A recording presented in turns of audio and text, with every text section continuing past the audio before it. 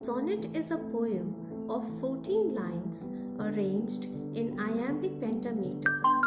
Iambic pentameter is one of the most common meters used in English poetry.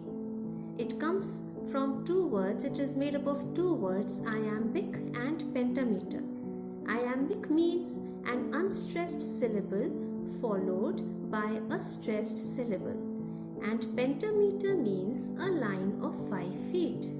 This means that lines in iambic pentameter usually contain 10 syllables. For example, Robert Browning's My Last Touches. I'll take up the first line from the poem to explain iambic pentameter. That's my last touches, painted on the wall.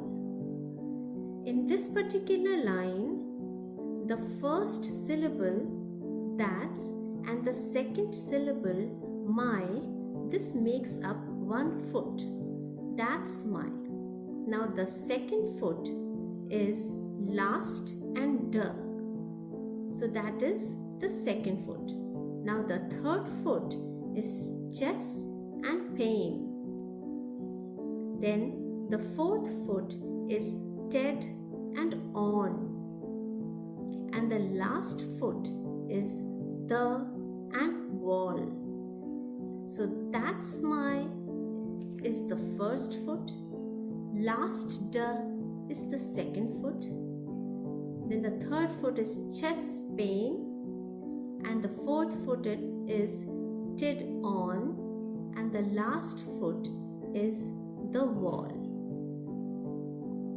The two most popular kinds of sonnets are the Italian or Petrarchan sonnet.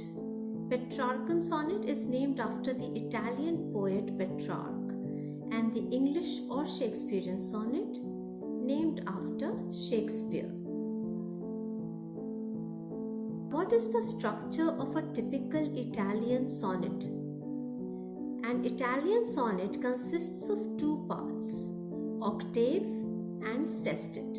Octave contains 8 lines and sestet contains 6 lines. The octave describes usually a problem or the question, and the sestet proposes a solution to that problem. So, after the 8 lines, that is the octave, the 9th line of the sestet, it initiates the turn, and this turn is reflected in the tone and the mood of the poem, because from here onwards there is a shift in the tone and the mood of the poem. For example, in Milton's On His Blindness, we see that in the first 8 lines of the poem, the poet has been complaining to God because he has lost his eyesight.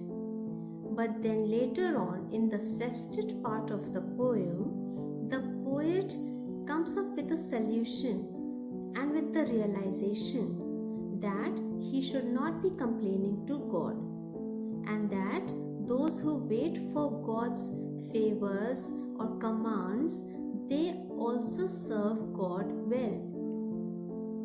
Now, usually the rhyme scheme of a Petrarchan sonnet is A, B, B, A, B, B, A in the octave, and C, D, E, C, D, E, or C, D, C, C, D, C in the sestet. Now, coming to the second kind of the sonnet, that was the English sonnet. It was introduced by Sir Thomas Watt and Henry Howard, the Earl of Surrey.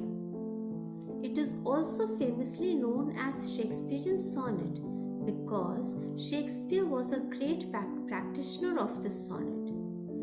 In this form, the 14-line poem is structured as 3 quatrains and then a couplet. and the unexpected sharp turn is usually introduced in the third quatrain. So the rhyme scheme becomes AB, AB, CD, CD, EF, EF, and GG. So the three quatrains, the first quatrain is AB, AB, the second quatrain is CD, CD, the third quatrain is EF, EF, and the couplet is GG. Shakespeare's sonnet number 116 is an example of an English sonnet, and apart from this, we can say that there have been some or the other changes that were introduced by other poets as well, but this is the basic structure of the two kinds of sonnets and the two most important kinds of sonnets I've taken up today.